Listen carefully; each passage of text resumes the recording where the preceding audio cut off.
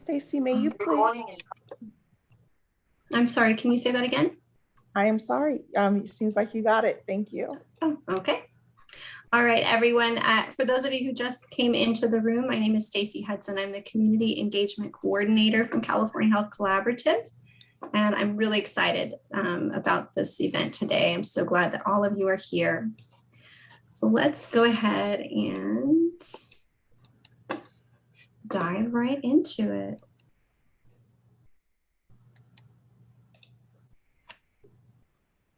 Before we begin, I want to remind all of you that it really helps us a lot to get your feedback. It ensures that we are providing a really high quality education and support to our community. So if you can take a moment and fill out that survey, we really appreciate it. You can always also do that at the end of the event if you have that time to do so. This really helps us to make sure that we are providing you with the best possible information and best quality.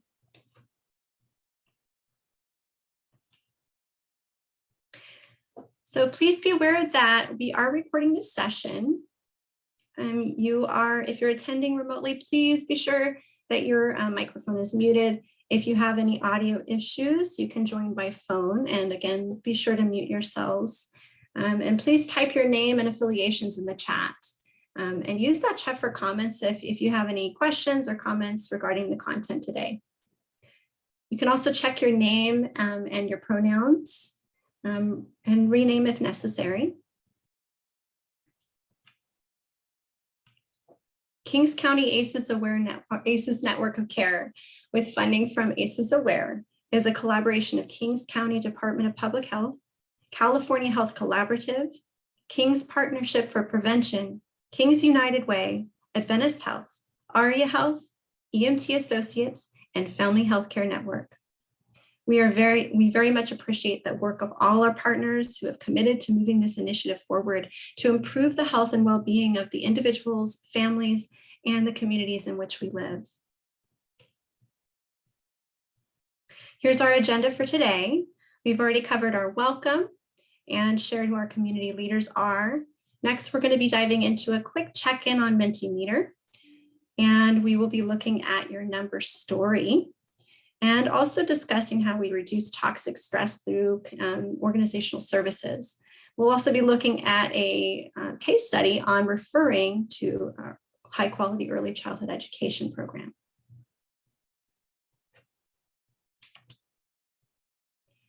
During our presentation today, I will request your participation for engagement using Mentimeter, among other interactive activities. If you're accessing this meeting on your computer, we recommend using your cell phone for active engagement. Please leave that screen open for continuous access as we will be utilizing Mentimeter frequently today. All partners and community attendees are encouraged to participate. Please go to menti.com and use the code 3400348. And I'm just going to pull that up real quick.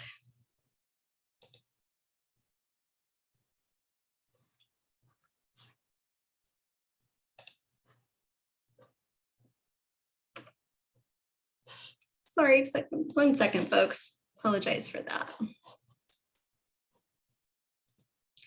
Just want to pull up that Mentimeter real quick and get it started for us. Thank you for your patience.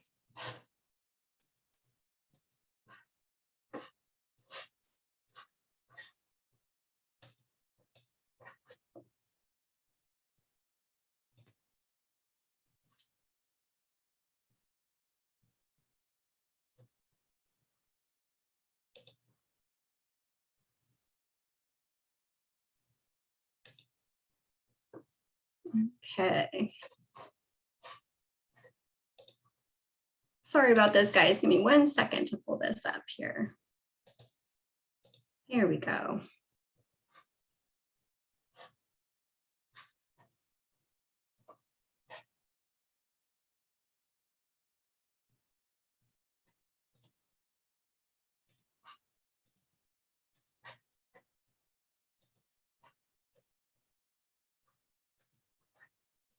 Okay.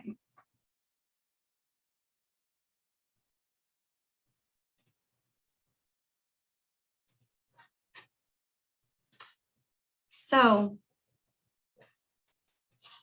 we recognize that when it comes to childhood adversity, every kid needs someone who's crazy about them when they're growing up, someone who loves them and nurtures them, someone who provides them with safety and who makes them feel valued. We're asking you today to consider who that person might have been for you. It could have been a parent, an extended family member. It could have been a grocery store clerk or a teacher, someone in your life who really made you feel valued as a child. And I already see so many people are sharing parents, grandparents, my mom. And some of us had no one. And we are going to ask you a question to follow up on that, because that is true for some of us.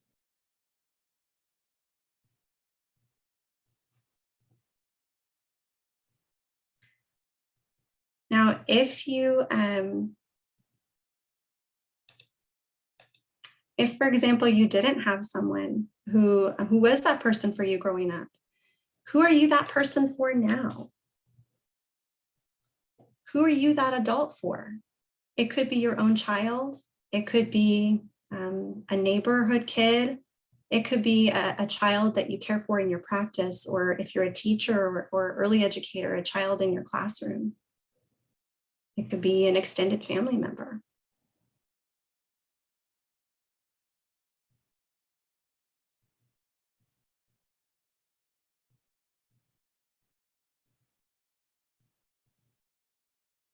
I see someone put my family, my husband, and 2 sons.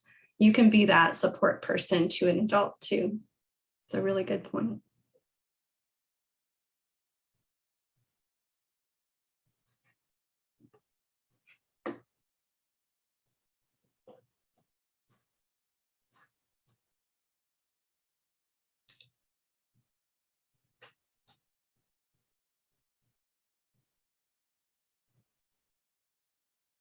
Thank you all for sharing. I really appreciate that.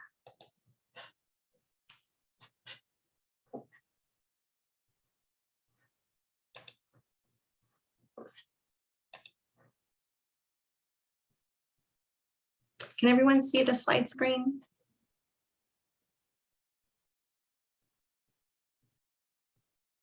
Yes. Great, thank you.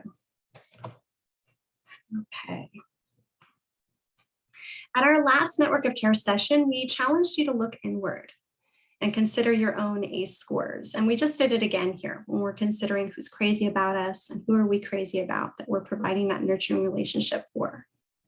When we surveyed participants, we were reminded of the reality that ACEs touches all of us directly and indirectly through our own past or the past experiences of our friends, family, and colleagues. Today, we would like to dive deeper and invite you to reflect on the story of your number. We realize that revisiting this can be an emotional and even stressful process. But as Dr. Dan Siegel, clinical professor of psychiatry at the UCLA School of Medicine and the founding co-director of the Mindful Awareness Research Center at UCLA says, we have to name it to tame it. We cannot expect to heal ourselves, our patients, our families, or our communities without having the courage to look this problem in the face and call it what it is.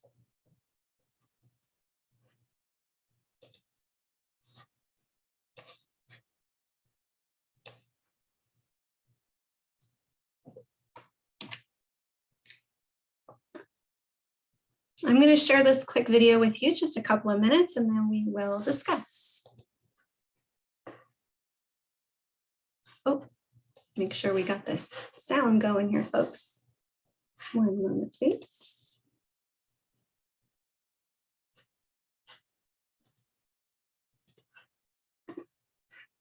You guys are super patient with me as I'm dealing with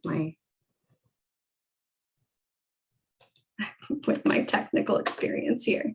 I appreciate it. All right. Is the story of your ACE history, a score used to measure the number of adverse childhood experiences that happened to you before the age of 18.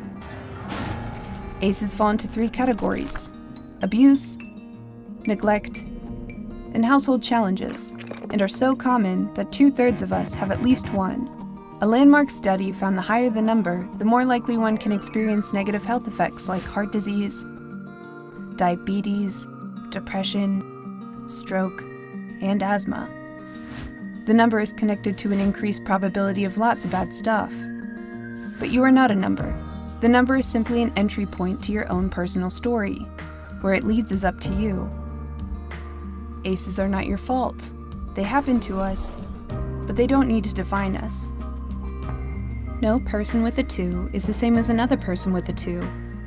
Each 7 is different from every other 7. Each of us is a unique story, and we each have the power to determine how our own story turns out. Explore the story of your number. Understand how it impacts the children in your life, and take control of where your story leads.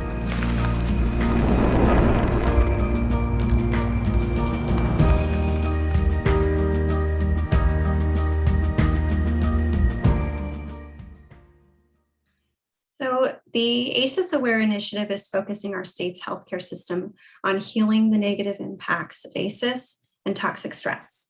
This video showcasing a new ACEs Aware campaign, The Story of Your Number, showed us how ACEs might affect our lives, but more importantly, it reminds us that our experiences, while a part of us, do not solely define who we are.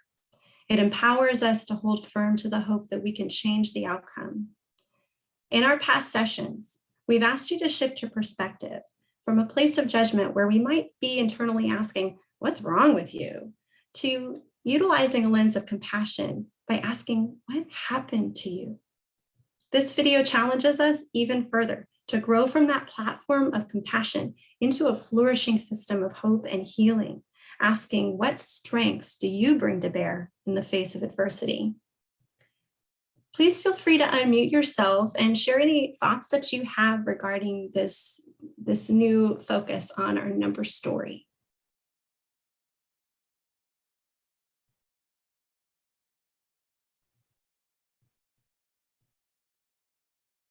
Does this bring anything to mind for anyone? Hey, Stacy, this is Nanette. I just want to say how happy I am to hear in the video that not all numbers are the same, and that you can have one person with a score of 1 and another person with a score of 5, and the effects of that trauma on the person that had the 1 can be substantially greater.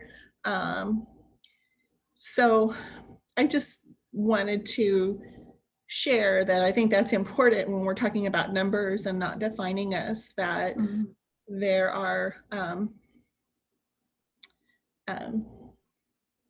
some of those traumas have affected some of us greater than others, and I just wanted to share that. Thank you, Stacy. Thanks, Nanette. Thank you for that reflection. And it's hopeful to hear that these numbers do not fully define us. It's just a part of our experience, and it is not the end all and be all of our experience. Thank you, Nanette.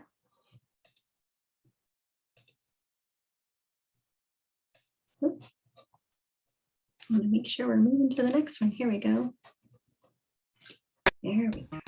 Let's start here. Oops. The story of your Sorry, number. guys, I'm experiencing all kinds of technicals here. Thank you for your patience. Before we navigate over to a stress releasing activity, I'd like you to consider that the 10 ACEs, which are found in the ACE screening, are not the only kind of adversities that we might face as children. And these other adversities can also lead to toxic stress.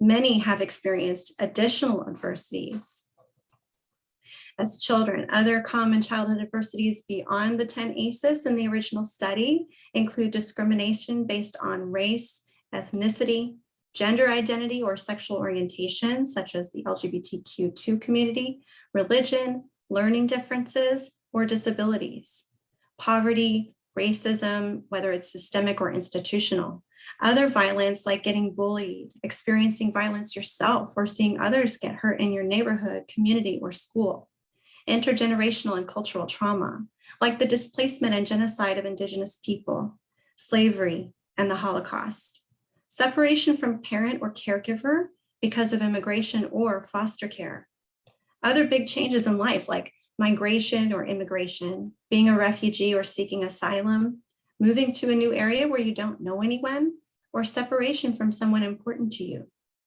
Bereavement and survivorship can also be adversities like having a relative or caregiver die, or surviving an illness, injury, or accident, or natural disaster.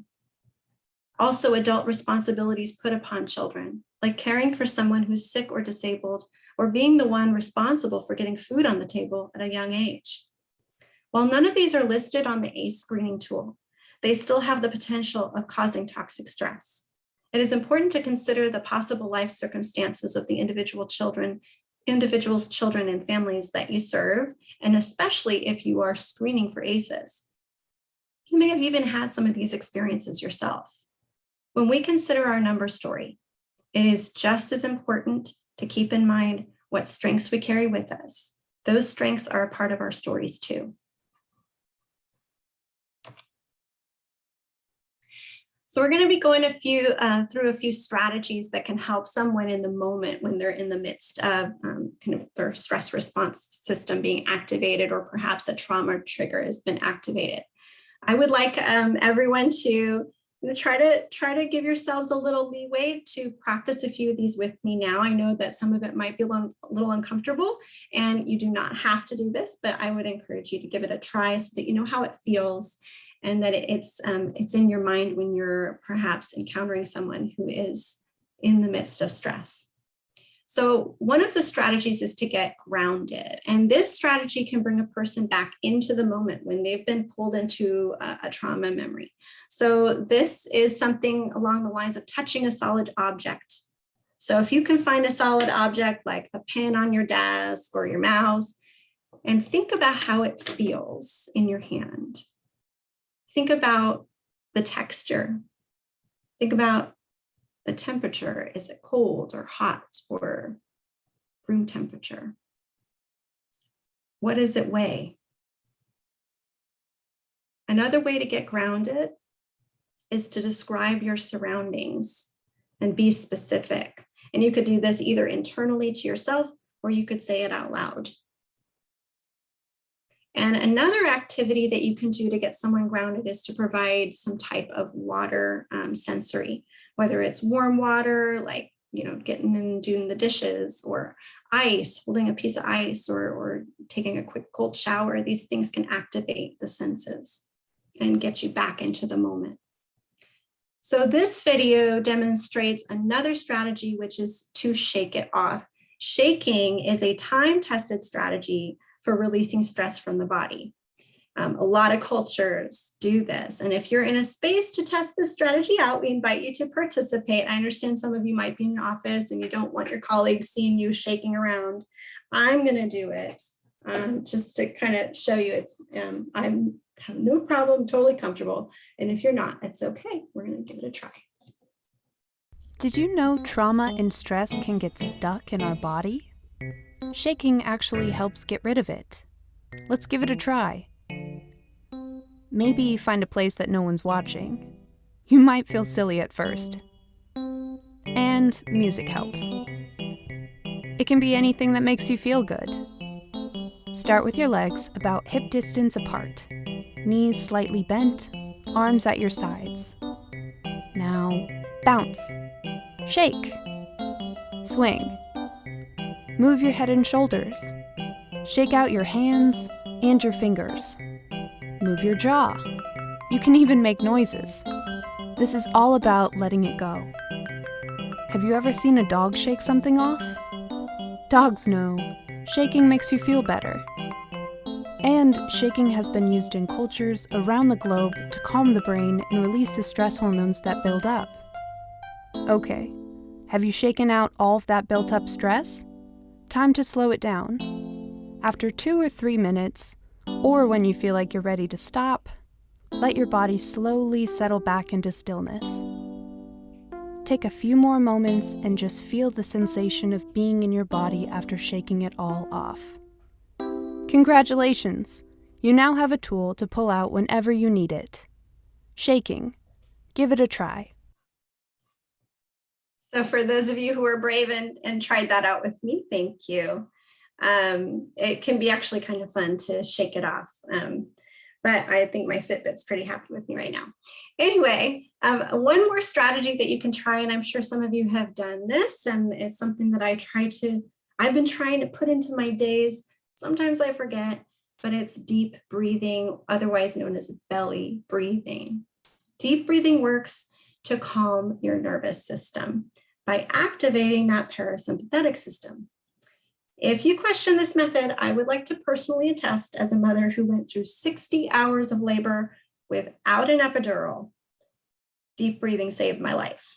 So one hand on your chest and one on your belly. And when you take a deep breath in, try to feel your abdomen lift.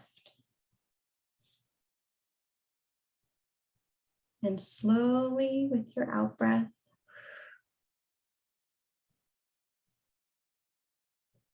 let's do 2 more. In through your nose, out through your mouth. One more. And out. I call that the take 3. It was a strategy I used to tell childcare providers. When you've got a kid throwing a fit at your feet and you're stressed out, take 3. It gets your brain back online so that you can respond rather than react. Did you know trauma and There we go. So as we continue to consider what makes us resilient, rooted to the spot when storms come our way, I encourage you to think about what has kept you grounded during the storms in your life. For example, what brought you strength during the height of the COVID pandemic? We all have unique ways of responding to stress. So it is no surprise that we all may have developed unique ways of mitigating stress in our lives. Please navigate over to thementi.com and provide your response. Let me activate that for us.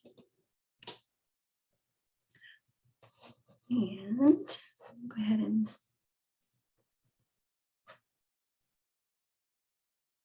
share that on our screen.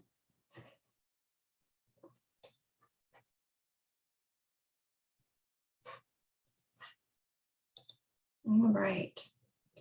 What keeps you grounded in times of great stress?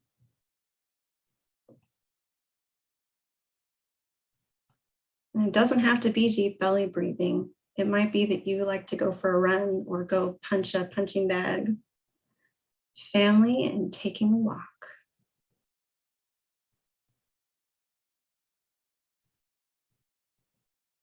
Family, music, faith.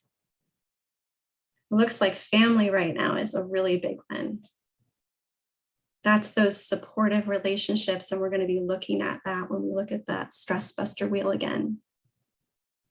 God, self, reading, time management,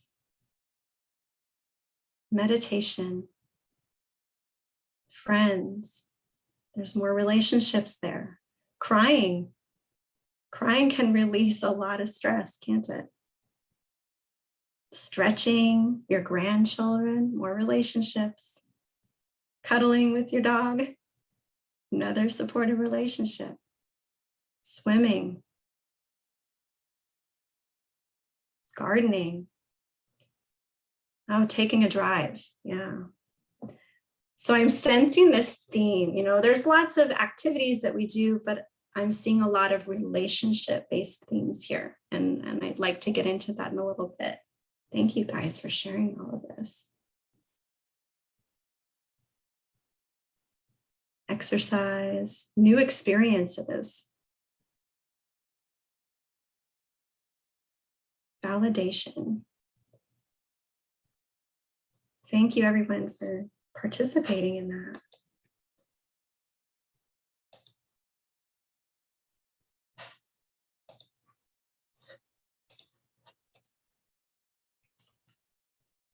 In our last session, we didn't just look at our ACE scores, right? We asked you to reflect on the resiliency factors in your lives as children. So we asked you to go back into your childhood and think about what were those resiliency factors that you had. And then we asked you to reflect, now as an adult, what do you have? Participants demonstrated that in childhood, many had a variety of resiliency factors. 30% reported all 14. When we asked you to reflect on your resiliency factors as adults, every single participant reported an increase in resiliency factors, with 60% reporting 14. And even those who reported low resiliency scores doubled their scores in adulthood. Talk about a message of hope. This reinforces for all of us that ACEs are not destiny. It also inspires us to take action to foster resilience in our communities and those individuals, families, and children that we interact with throughout our work. Let's keep our focus on the hope of resilience as we move into this next section and review the Stress Busters wheel. In our last session, we looked at the Stress Busters wheel and asked you all to explore where your organization fits into one or more of the 7 stress busters. To review for those who may not have been in attendance in our last session, the Stress Busters wheel, as put out by Dr. Nadine Burke-Harris and ACEs Aware, identifies 7 elements that mitigate toxic stress. That is mental health services and supports, access to nature, mindfulness or spiritual practices, physical activity, balanced nutrition, quality sleep, and supportive relationships. And I had noted that a lot of you expressed relationships as being a major stress reducer for you in our Mentimeter. This time, what we're going to do is dig deeper. And I'm going to invite all of you to access the Google Sheet link shared in the chat. If you participated in this activity last month, you may notice that your organization is listed. We would like to ask that you provide more details, such as the name and contact of your organization's leader and the specific program or individual in your organization that addresses each stress buster that you identified. If you know of other organizations or programs that meet this criteria within Kings County, please list them along with the contact information if you have it, so that we can move forward in reaching out to them and connecting these essential organizations to the network of care.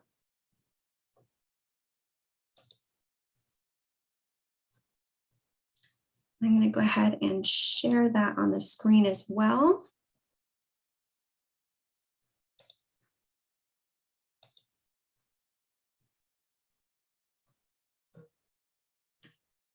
Can you all see that spreadsheet?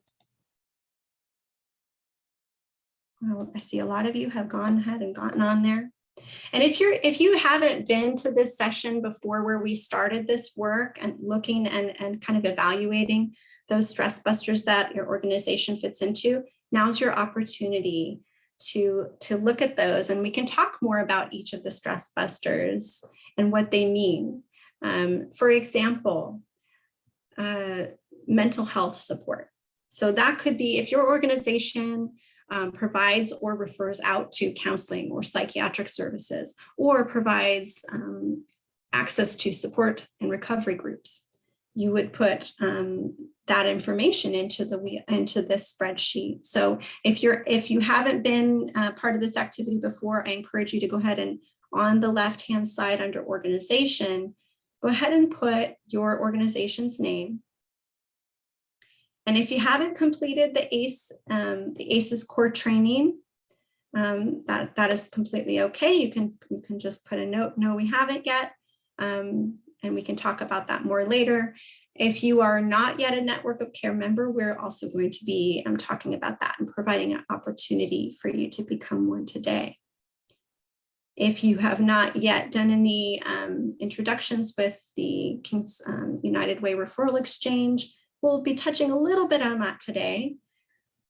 And then go ahead and fill out, if you provide that mental health support, you can fill out exactly what that program is or what your organization is, and that does that. An example of supportive relationships, of course, this can be really broad. But if you're an organization, this might mean that you provide mentorship programs, coaching, big brother or big sister programs, support groups, or perhaps even fellowship groups if you're a faith-based organization.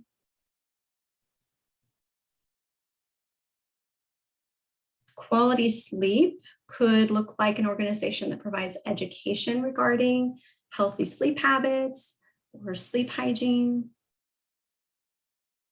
Balanced nutrition, that might be an organization that provides a food bank, or perhaps your organization provides free lunches or meals on wheels, or even resources and education regarding healthy eating habits. And I noticed that we see some people going ahead and adding their organizations. Thank you so much.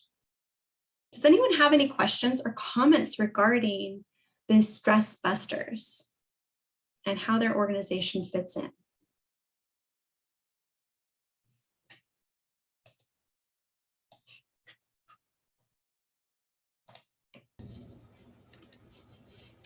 Stacy, this is Patty Havard. First of all, congratulations and a great presentation so far. Got a question for you. ACEs is not something that we're really working hard to try to increase the number of providers within Kauai Health. And based on the services provided, although we're not ACEs focused, but could I list, for example, behavioral health? Absolutely. Naloxone harm reduction program out of the ED, all those, even though those services exist, but not specifically quite yet for ACEs. Yes. So you don't actually have to be yet, your organization doesn't have to be totally focused or trained on ACEs to be providing and mitigating stress, toxic stress. This activity demonstrates to all of us that you guys are already doing this work, whether you are in the network or not. A lot of this is already part of the community. So thank you for asking that question. Yes, behavioral health services would fall under mental health supports. Absolutely. Thank you so much. That's a great question. And Stacy, last question. I kind of forgot what NOC stands for. Oh, I'm so sorry. NOC stands for the Network of Care. So that is the Network of Care membership. And we're going to be sharing a link to the form today. So if you're interested in becoming a member, you'll have an opportunity to do that. Thank you very much. Absolutely. Does anyone else have any questions or comments regarding the stress busters and how their organization fits in?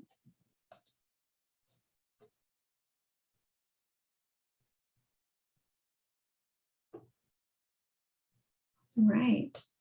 You guys have access to this so you can continue to add to it. You might want to come back to it later and go, oh yeah, I forgot about this other program our organization has, or oh, I remember we collaborated with this outside organization that provides these services. We would like to encourage you, if you know of other organizations, to please provide information, as we are trying to expand this network because it really does take a village to address the issue of ACEs and toxic stress in Kings County and beyond. I'm going to go ahead and continue on, and I appreciate everyone who's participating. All of you are amazing and are doing amazing work.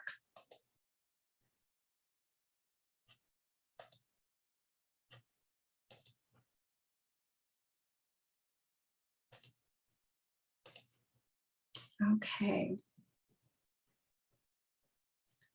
So we noticed that some of those listed and many of those listed in the Stress Busters sheet are not yet members of the Network of Care. We're going to be talking about that in just a little bit and giving you an opportunity to consider moving forward with completing your membership. So for those of you who were here in our last session, we'd like to ask you to recall those 5 protective factors and preventive factors that we discussed in the last session. Would you be surprised if you learned that these 5 factors are embedded in the approach taken by high quality early care and education programs? such as Head Start and Early Head Start. We're going to be looking into how those services have been embedded in those programs in just a bit. Right now, let's do a quick review of these factors. Strengthen economic supports to families. Some organizations actively do this. Change social norms to support parents and positive parenting. This means working toward legislative changes to support parents and parenting. Provide quality care and education early in life. Enhance parenting skills to promote healthy child development. And finally, intervene to lessen harms and prevent future risk.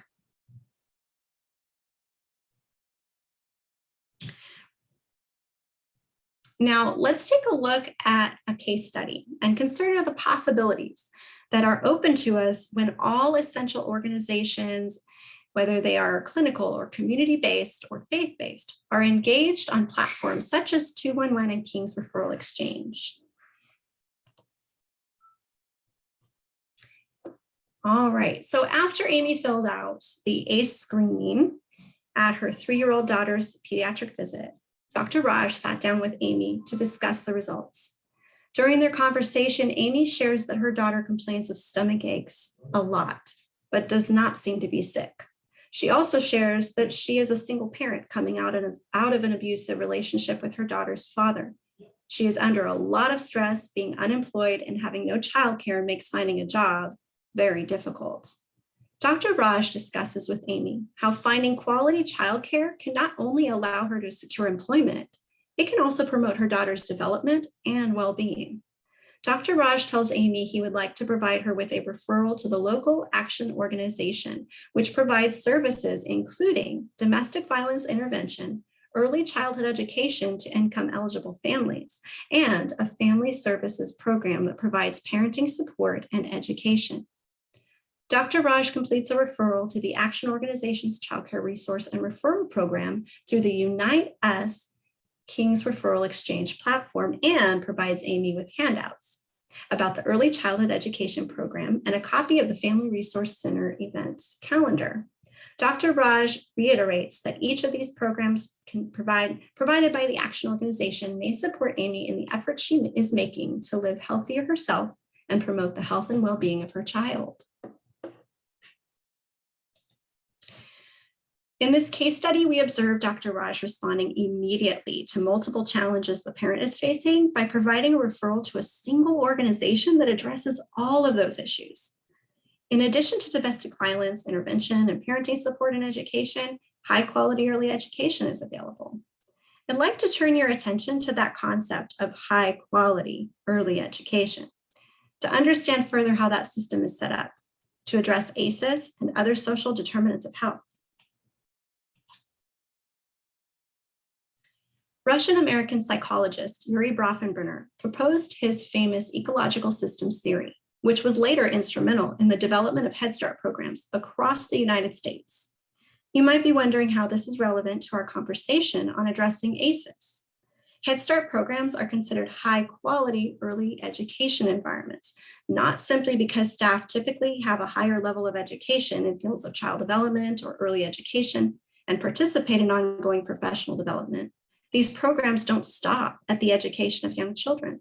They conduct regular home visits, provide additional home visiting programs, conduct research-based assessments and screenings, and they provide family advocates who support families' access to resources and follow through on wellness checks and other health needs.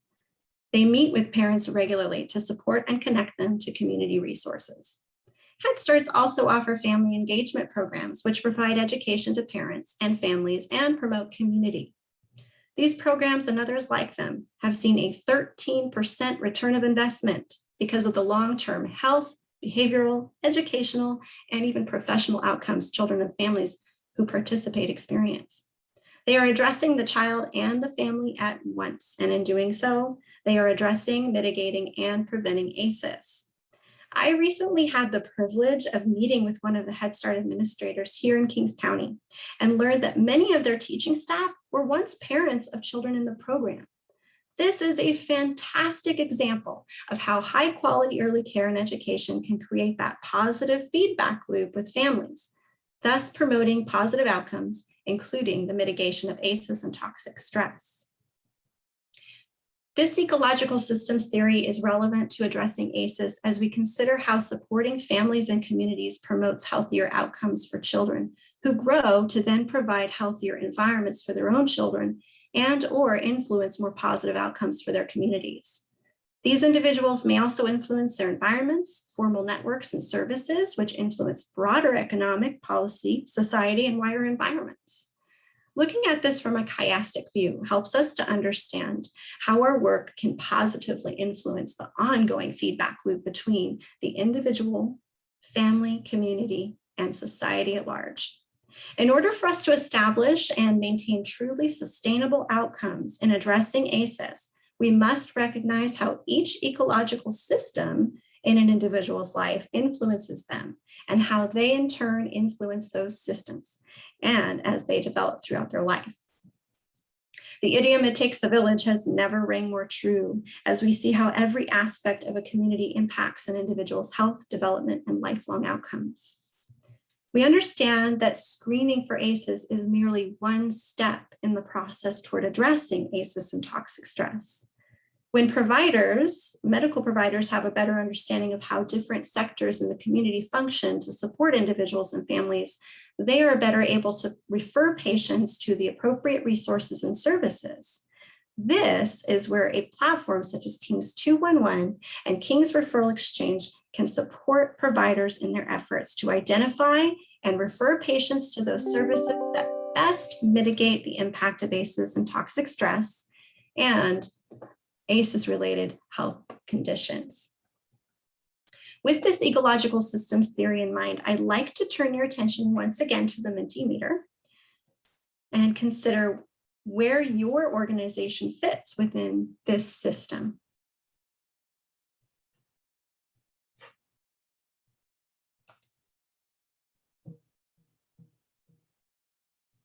Hang on a moment, I'm going to find it on here.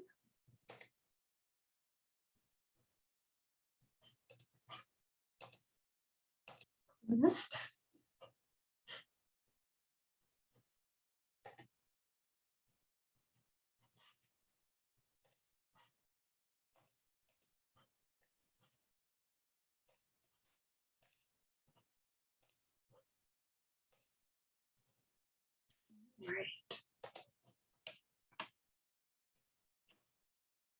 So, which system or systems does your organization or program fit into? Do you address the individual? Do you fit within the microsystem, addressing families, the mesosystem, addressing those kind of informal networks, the exosystem, addressing the more formal networks, or maybe even the macro system, addressing the greater environment as a whole?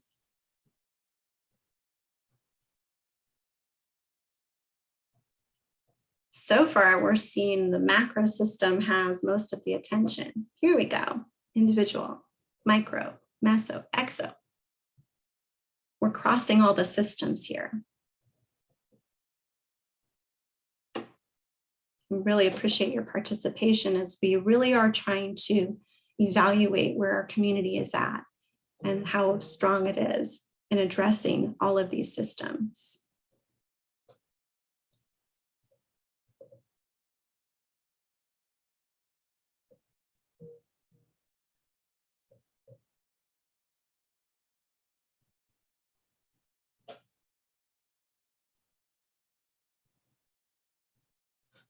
All right, thank you guys. I see 7 have participated so far.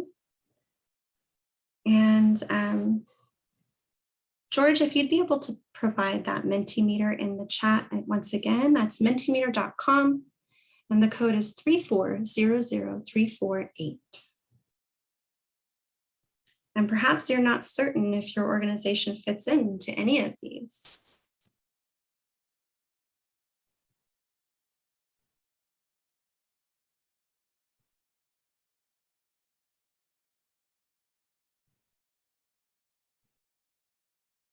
So we can see that perhaps there is maybe an area that we want to work on, right? In our community, we might want to work on that exosystem a little bit. and getting that legislative change in our community. All right, we're going to move to the next Mentimeter. Thank you guys so much for participating. Which system or systems does your organization or program directly influence? So this is beyond just what you're doing, but you might also have an influence on other systems.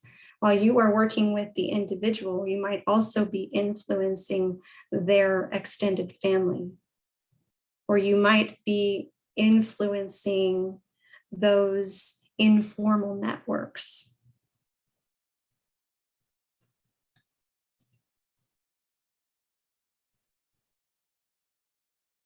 And some of you might influence all of them.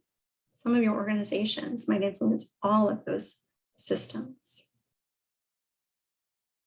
And just to reiterate, the individual is that one person. The microsystem is the immediate family or household. The mesosystem might be extended family and those informal networks, such as church communities or other community groups. The exosystem involves the local environment and formal networks and services. And finally, that macro system is considering the broader economic, policy, social, and wider environments, including issues like climate change, poverty, things like that. Awesome. I see 7 people have participated. Remember, it's menti.com. And the code is 3400348.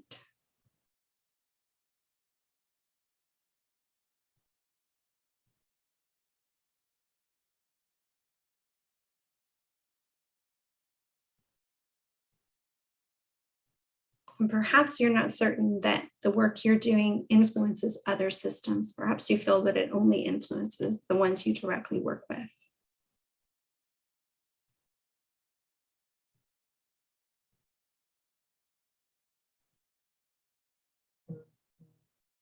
All right. I'm going to go ahead and go on to our next question if we don't have any additional folks wanting to respond. What system or systems do you believe need more development and or support in your community? And this is going back to, we might have seen that, oh, maybe our mesosystem or our exosystem really doesn't have a lot of activity going on.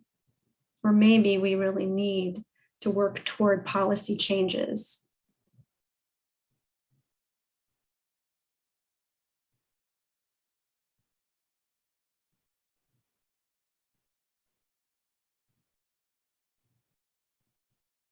So far it looks like the area that has the strongest support is that microsystem, that family.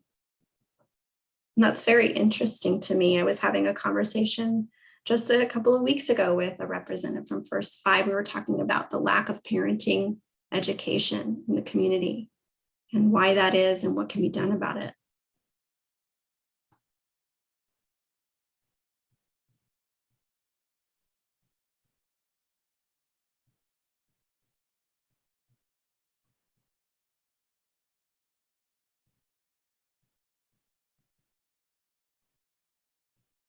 So it looks like those who are participating are really feeling like our macro system needs to be more focused on addressing that individual, that family, addressing ACEs from the top.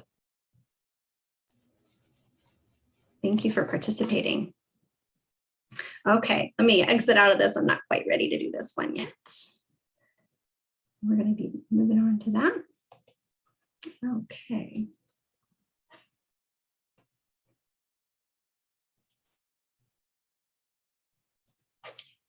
So when organizations, be them clinical or community-based or even faith-based, connect to the referral exchange and to King's 211, screening for ACEs can be utilized in a well-rounded process for healing for our patients and prevention for the next generation. We'd like to take a moment to remind you of our newly released Network of Care Toolkit. If you have not had the opportunity to review this document, we highly recommend dedicating your attention to this unique and comprehensive tool. We recognize, due to the thorough nature of this document, that it may seem daunting to review, so we encourage you to take it a section by section.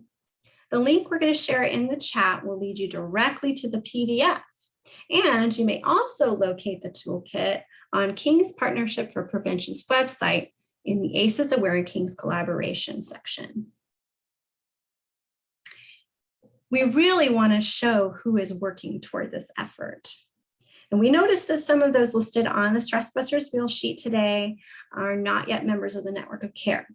By becoming a trauma-informed network of care member, you pledge to serve as a champion of ACEs within your organization and community and contribute to quality improvement developments towards ACEs in Kings County. As a member, you will also receive guidance and support from our team toward resources that are vital to help your organization integrate your services toward becoming ACEs aware and trauma informed. We'd like to direct your attention once more to the Mentimeter. So now we're ready to go back to that question that I gave you a sneak peek at. And I already see some of our folks are answering. Thank you so much. Are you a member of the network of care? There's no right answer to this question.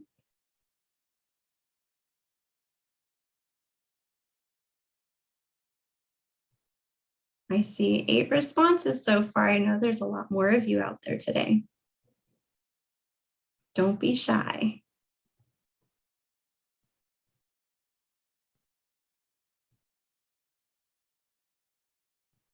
And remember, that's at menti.com using the code 3400348. Stacy, we're not seeing the Menti screen. Oh, let me try that again. Are you seeing it now? Yes, we're seeing it now. Thank you. Great, thank you. So far, it's half and half. And I'm hoping by the end of today, we can move that bar way up higher over in the yes column.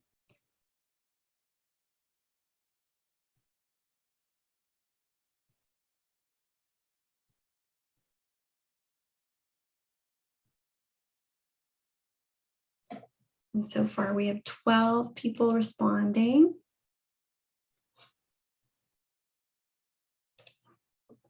All right, well, I'm hoping to change some of your minds over to joining the network, as I know all of us are eager to cut ACEs in half in this generation.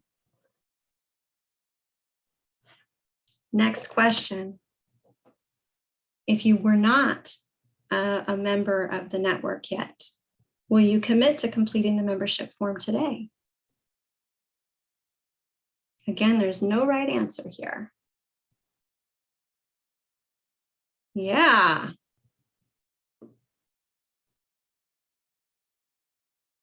And you might want to think about it. You might feel like, I need to talk to my administrators, my leaders about this and get them on board. Yeah, but remember that you can individually be a part of this network and then champion in your organization to encourage administrators and leadership to participate.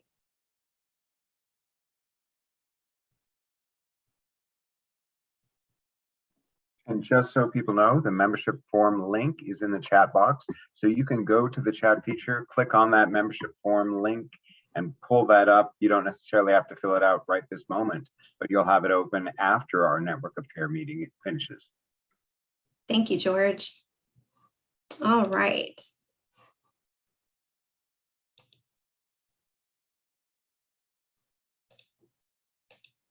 So, as George stated, we do have the form shared in the chat. I would like to take this opportunity to show you guys just a few pages from our toolkit. We're going to take a moment to view a little bit more information about King's 211 and a 211 case study from the toolkit.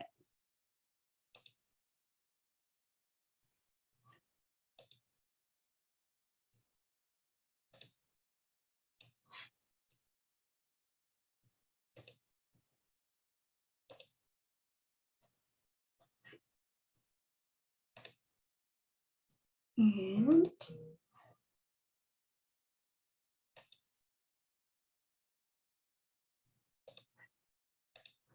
okay.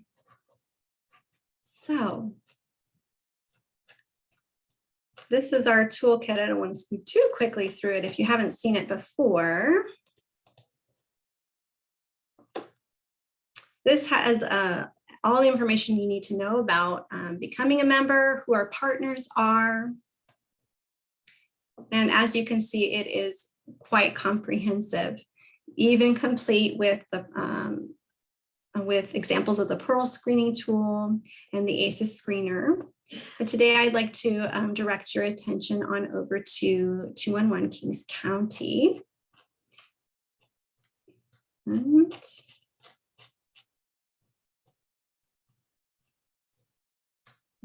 nice fancy PDF, and you guys will have access to that PDF as well. So for those of you who are not aware of 211 Kings County, it is a really important resource for Kings County ACEs network of care due to its fantastic ability to connect patients to both social services and community resources, thus helping to respond to ACE screenings and mitigate toxic stress. So we're going to look at a case study here of how ACEs 211, or sorry, Kings 211, looked at the stress buster wheel themselves to determine how they fit in. So as a Kings County ACEs network of care leader, 211 pledged their commitment to care. They have applied the use of the ABCs, which is on, you can find that on page 22 of the toolkit. This is where you can break down your services to help you determine where on that wheel you fit, or if you fit into the social supports area.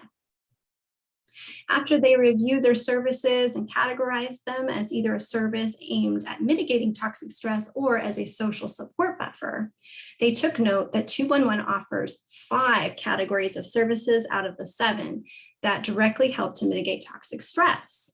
And they listed them directly on the stress buster wheel. The remaining services were listed under social supports. Understanding these support efforts will help providers to make appropriate referrals to address patients with high ACE scores, help mitigate the effects of toxic stress, and provide concrete support services.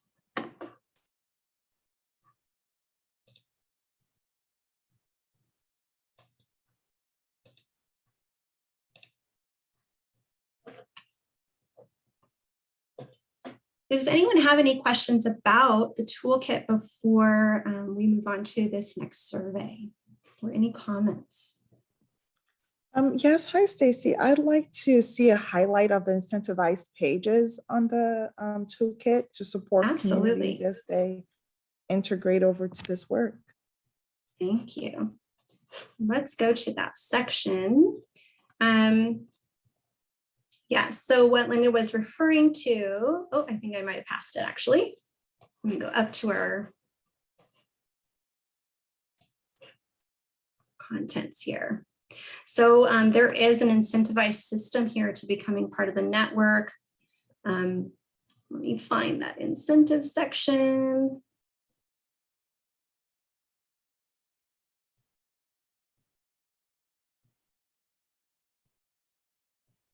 All right, so we have some really amazing incentives for your organizations if you're participating in this. I'll go on down to that. And also we really want to highlight those who are participating, and that's part of that membership form. You'll see that we ask whether or not you would be interested in being listed in our documents as a member of that network.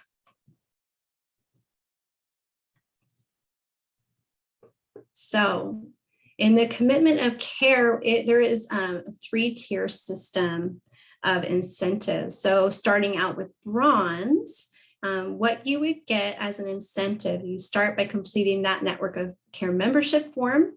And then if you have several team members that have completed and certified as ACEs Aware core training, which is provided through acesaware.org and have self-attested. This will earn you a website shout out and decal, which you can use to promote your commitment to care in the community. And next is the silver section. And in this, when you are completing that ABC worksheet and you have scheduled and completed a Unite Us demo to learn more about the referral exchange platform, and a large percentage of team members have completed the and certified as ACEs Aware core training and self-attested. This is where you would earn that social media shout out and receive your Safe With Me buttons and t-shirts. And finally, the gold level, which is where you have completed the referral exchange partnership registration form. You've completed the ACEs Aware Trauma Informed Principles and Practices survey and utilized the readiness assessment or the milestones for communities to assess and identifying organization and team goals for the future. By doing this, you will have earned video created by KPFP staff. This is personalized video to suit your promotional needs, as well as office self-care session. So this is where you get to choose between following personality profiling, yoga classes, or guided meditation. So again, some really great incentives for participating in the network of care and moving your organization toward addressing ACEs in the community. Does anyone else have any additional questions about the toolkit? And George, were you able to share the link to the PDF in the chat? Yes, the link is in the chat. Wonderful, thank you. So if you want to access that so that you can have it up after the event today and get a closer look at it, you are more than welcome to click that link. So we, in our goal to, let me move this over to our presentation here. In our goal to promote and support every organization's ongoing success and implementation of ACE screenings and/or trauma-informed care practices, we value the approach to invest in organizations by providing resources for guidance and providing incentivized support to those organizations that are already doing this work and those that need support in initiating a trauma-informed workplace. Therefore, we would like to offer additional support and guidance by seeking to know if your organization is in need of educational materials to support leadership and staff understanding of ACEs and trauma-informed care. If you are currently implementing trauma-informed practices, or if you are in need of support and resources to adopt such practices, please complete our funding and support survey. And that will also be shared in the chat. Your response will enable us to learn details about your organization's services and clientele to ensure all resources and materials provided are tailored to your needs. We also ask that you provide feedback to aid in our efforts to improve the resources and materials that are needed. I'd like to give you a few minutes to complete that survey, which can be accessed through the link shared in the chat.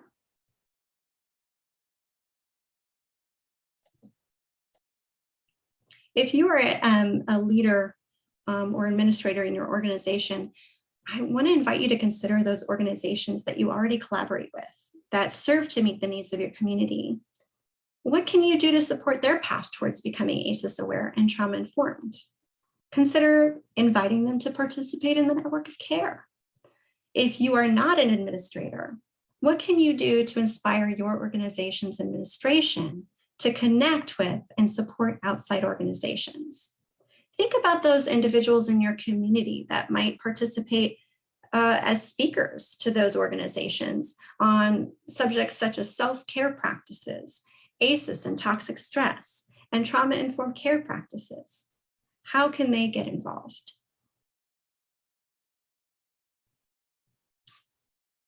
And I do want to go back because I believed I missed our opportunity to talk more about that membership.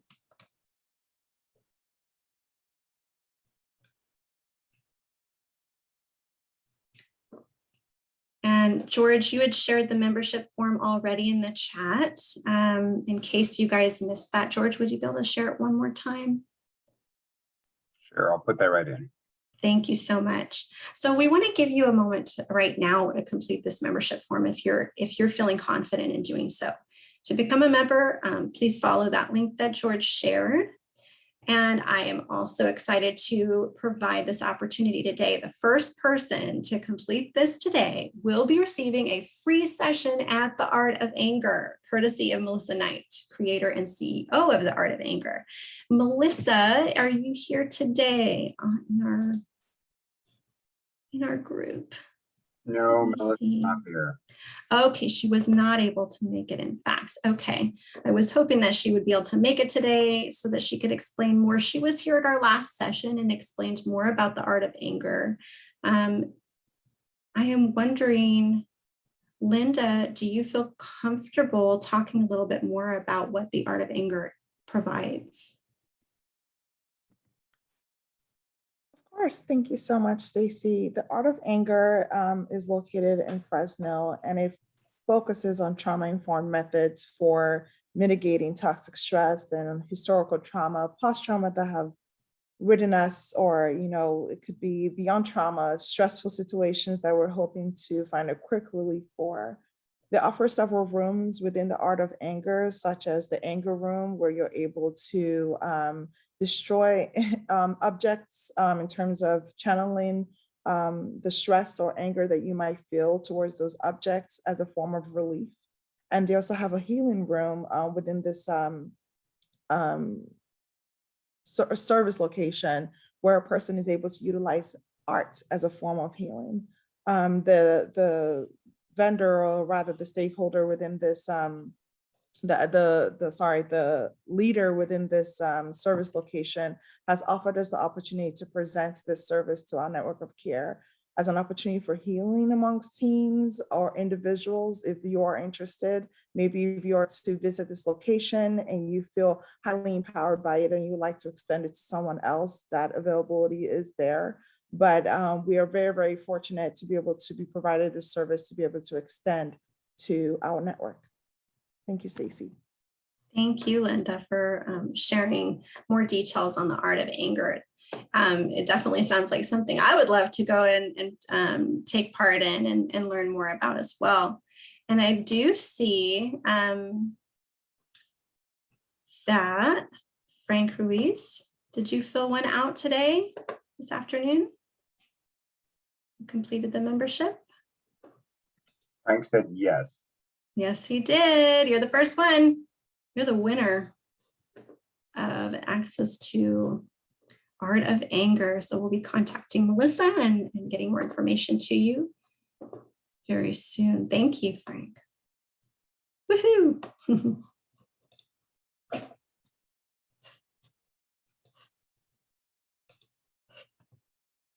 So again, I invite you guys, when you have a moment, to let us know what kind of resources that you need. And that is another form. I know I'm throwing a lot of forms at you and I'm asking you guys to answer a lot of questions today. But really your action is needed to address this issue, which is deeply rooted in Kings County and all over the state of California. And we are so grateful to all of you who are already doing this work.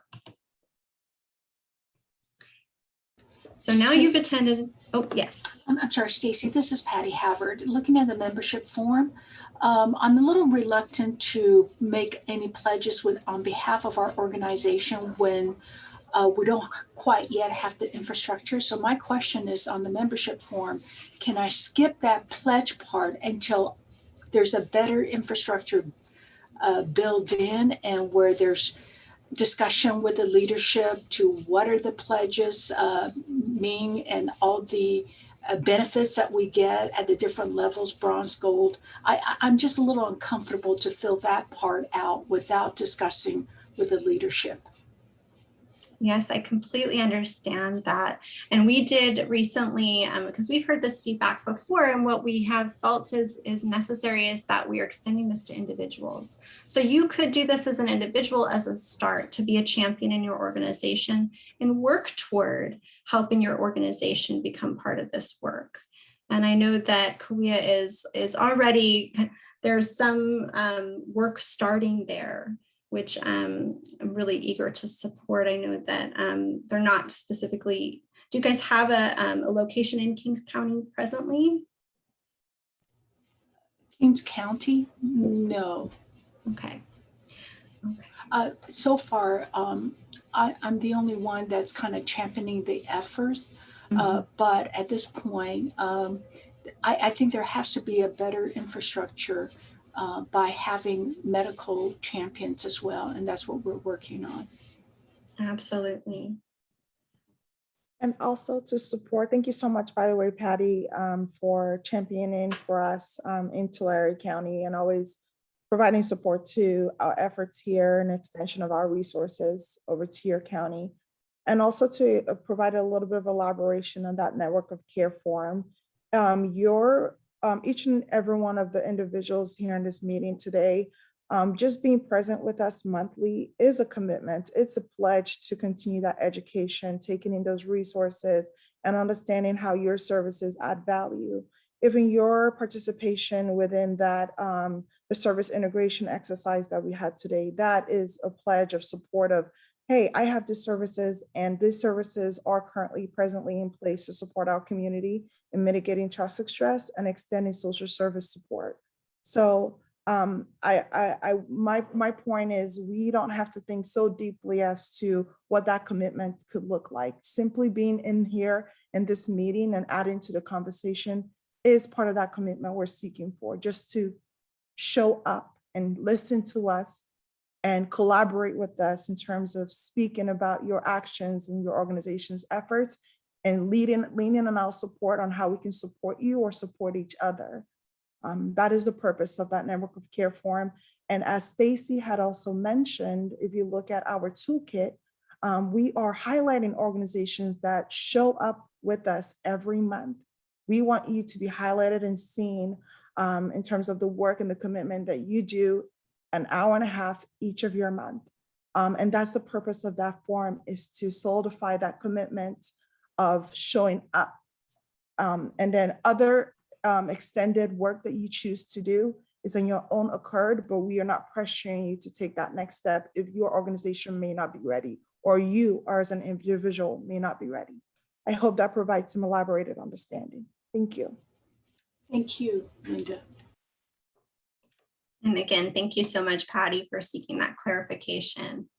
And to everyone, if you're not a leader administrator in your organization, really what we're requesting is your help in communicating the urgency of this movement to your organization's leadership. The only way that we can move towards strengthening this network is if administrators and leaders understand the implications of ACEs and the importance of trauma-informed care practices, and even the importance of trauma-informed care policies within the organizations that you work. If you are an administrator, you can be a champion for this movement to help your organization move forward and becoming part of the network of care as well. And just to elaborate on what the ideal network of care member is, which is noted on our full list of key stakeholders. This is an organization or individual who is committed to ensuring that his or her organization is informed and trained about ACEs-aware and trauma-informed practices, or that you're pursuing that education for yourself as an individual. Willing to serve as a champion for their organization and applying culturally sensitive, trauma-informed approaches to communicating about ACEs-aware, connecting their organization to resources and knowledge shared in the network of care, peer-to-peer and provider trainings, and when requested, and generally support Kings County ACEs network of care to create protocols and policies that support adverse childhood experiences screenings and implementing trauma-informed practices in the community. And finally, this is someone who is dedicated to fulfilling the incentivized tasks stated within the toolkit. Of course, as Linda said, being a member does not require that you do that completely. It's that we are working toward that self-education or pushing toward educating your organization and the community regarding this movement. And remember that you can utilize our toolkit to complete the steps to becoming ACEs aware and trauma informed. You can join our referral platform and complete the community needs form as well. or also do the screening, referring, and networking. And if you're not someone who does the screening, of course, that you would be doing other elements like addressing toxic stress in the community through your services. And yes, I see someone is asking, may we receive the slides? And yes, we will be sharing the slides. And Crystal, you've been attending that wasn't listed. George presented last time. Perhaps it was an oversight. Okay, we will look into that, Crystal. Thank you. So you know that we have a little bit of time left here and we want to hear from you. So what are you currently doing in your organizations to support the ACE movement? Or perhaps you have questions or you have additional ideas or thoughts that you want to share. You can go ahead and unmute yourselves and share your thoughts.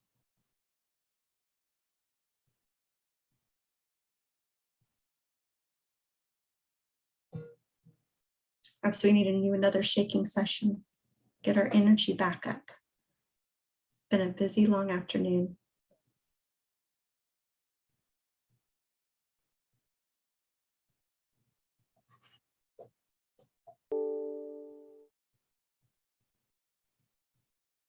All right.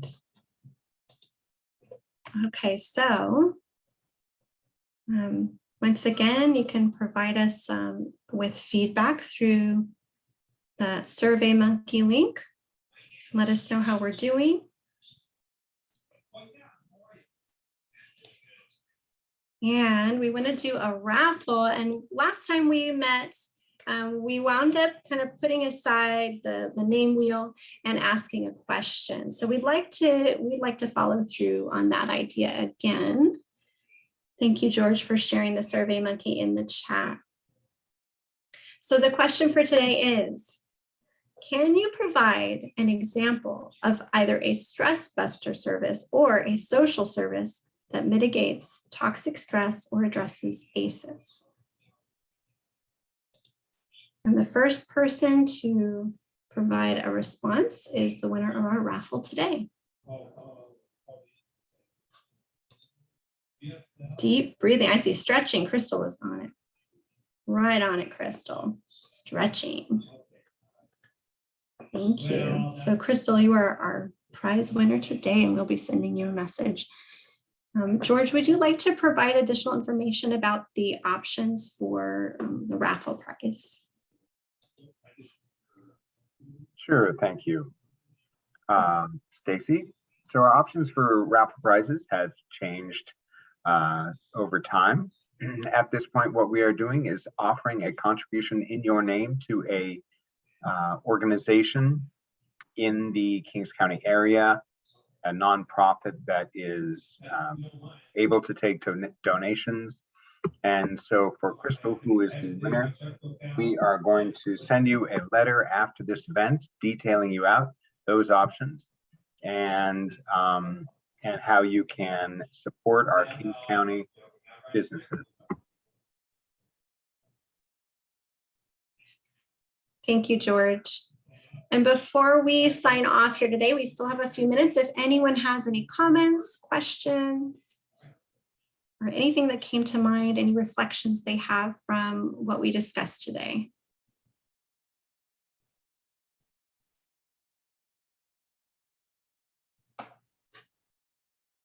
Got a quiet group.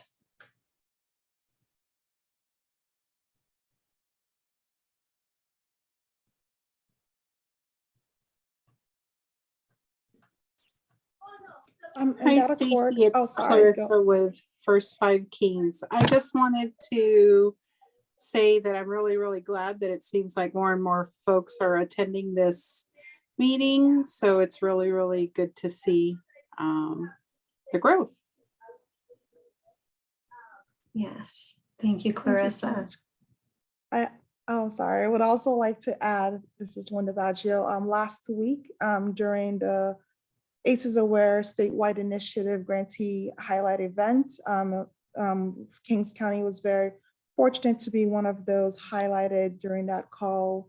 And we were able to report on our progress, the activities that we've conducted throughout this grant period. And we would like to share that honorable news with our contacts who are available here with us today, that it's because of you all that we were able to make a footprint in action towards this project goal. And we're so appreciative to all of you who are able to join us monthly and who are emailing us and connecting with us individually on Zoom. We thank you all. Because of you, we're able to move forward with this project, and we hope that we can also tie in on your commitment. And also, as an ACE-aware leader, California Health Collaborative have committed to being trauma informed. We're also taking into action the work that we are learning through this project by making sure that we are influencing organization-wide changes to be trauma informed and ACEs aware. Therefore, our organization have made a commitment to ensure that our entire current and incoming employees are trained on trauma-informed policies and practices as part of our new policy changes. And also, these efforts are also very highly supported by other leaders who are on this call, who are also making those changes to ensure that they are trauma-informed and supporting this effort. And we would like to use this as an opportunity to empower all organizations that are represented in this call to also take same steps to be trauma-informed. And we're hoping that our next session that will be held next month will provide direct step-by-step guidance to your organizations, providing resources to you on how you can become a trauma-informed organization if you're not already. And if you are a very well-integrated trauma-informed organization, or you are in the steps of being trauma-informed, we would like to highly encourage you to please connect with us. We would love to highlight you at next month's event. Thank you so much. And just to follow up on that, Linda, I put in the chat box the link to the grantee spotlight. If you missed the grantee spotlight, I encourage you to click on that link and watch this hour-and-a-half video, and which right in the middle of it highlights Kings County and all the incredible work that the Kings County ACEs initiative is doing. Thank you so much, George, for putting that link in the chat. It was a really inspiring event to be able to see not just Kings County, but other counties across California and the inspiring work that they're also doing, and how we're all learning together to address this issue in our communities across the state. I want to thank everyone for participating today, for joining us in our discussions, for learning with us today. And I look forward to seeing you all again at the next Network of Care session. I also would like to invite you to look into our peer-to-peer if you are a clinical organization that consider participating in those peer-to-peer sessions. That is what George is here. He leads those sessions. And also look into the toolkit to learn more about the process of becoming ACEs aware and trauma informed. Thank you all again for your time and for your efforts and dedication to this movement. Have a great afternoon.